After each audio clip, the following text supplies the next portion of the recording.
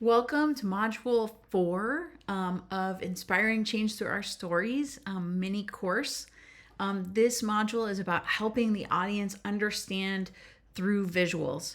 So just to recap, in the first module, you kind of gathered up the building blocks of your presentation. In the second module, you determined your strategy for your presentation based on your goals and the audience and that was going to be listening. Third, the last module, we just were talking about how to refine and get feedback early in your presentation development so that you can make sure that you're conveying your message in the best possible way. And hopefully now you've gotten that feedback, you've made some of those iterations, and you're ready to create the actual slide deck, the visuals that you're going to share to help enhance your presentation. So that's what we're going to talk about today. So here are some fundamentals of presentation visuals.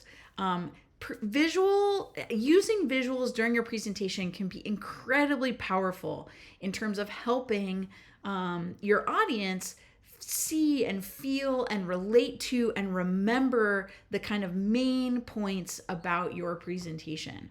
But oftentimes presentation visuals are overused and they actually are a detriment to your presentation.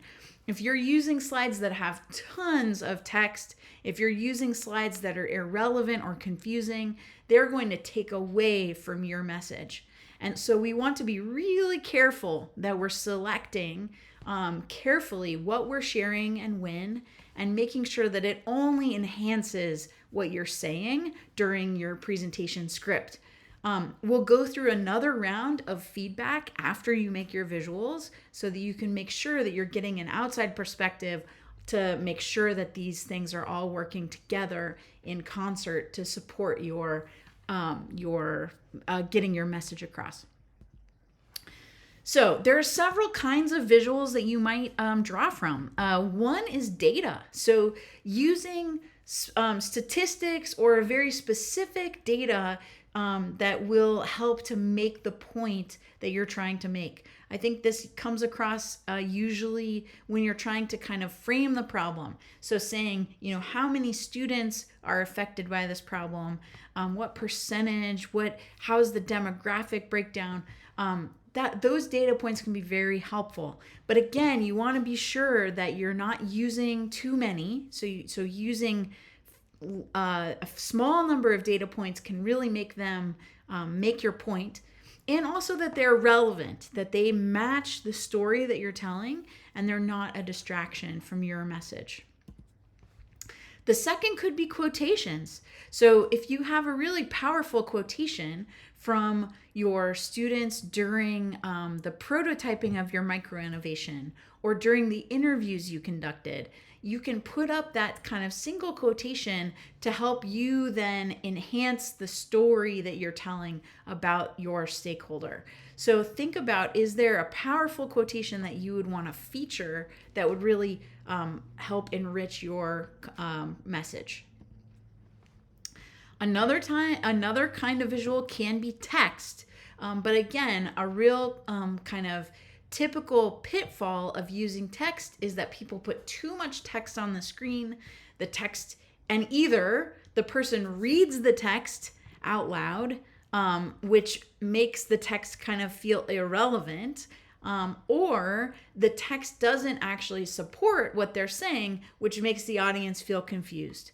So you can use text to kind of bring home your points, make these kind of very specific points, but you want to be very careful that you're not using too much text and that you're not reading off the screen.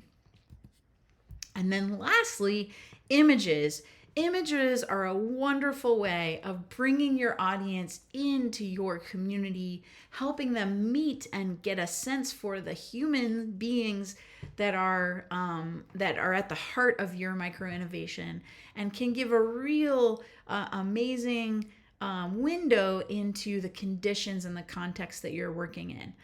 We'd actually recommend that you use mostly images in your slide deck of visuals for your presentation, because they are so powerful and then can help back up your message and what you're sharing. So here is an example presentation. What we'd love for you to do is hit pause on this video, go to your slide deck that's a part of the mini course package, open this presentation, watch the video, and while you're watching, think about these questions. What did you notice about the story, about the visuals, and did the visuals help communicate and enrich the story? So go ahead and hit pause here, go watch that video, be thinking about these questions, and then we'll see you back here in a few minutes.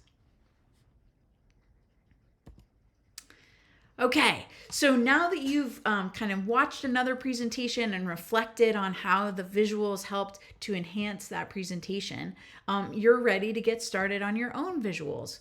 So we've provided a second slide deck template. The first was all about writing your script and responding to the prompts to help you make your script that you're going to actually speak. This slide deck template is about helping you make your visuals. So this will actually be the thing that you click through on the screen as you're giving your presentation on stage. So it looks something like this. It's got a title box there, and it is a part of your mini course package. So again, to keep the development of your presentation going, the next thing to do in your project work is to take that the visual slide deck template, and start to select statistics or quotations or images, mostly images, that you want to include, and determine kind of where in your script those things are going to go. And when you're ready, you can unify those two slide decks by taking the script slides and putting them into the presenter's notes in your visual slide deck. Or you can always print out your script slides and use those to speak from while you have your visuals projected behind you. So that is the assignment, is to complete that slide deck. And then we're also going to ask you, after you've created your visuals, to give your presentation to your national coordinators, the Schools 2030 staff. And they're going to use all of the rubrics now to give you really constructive feedback to help you to advance your presentation. Good luck, and the next module will be Module 5. Thanks so much.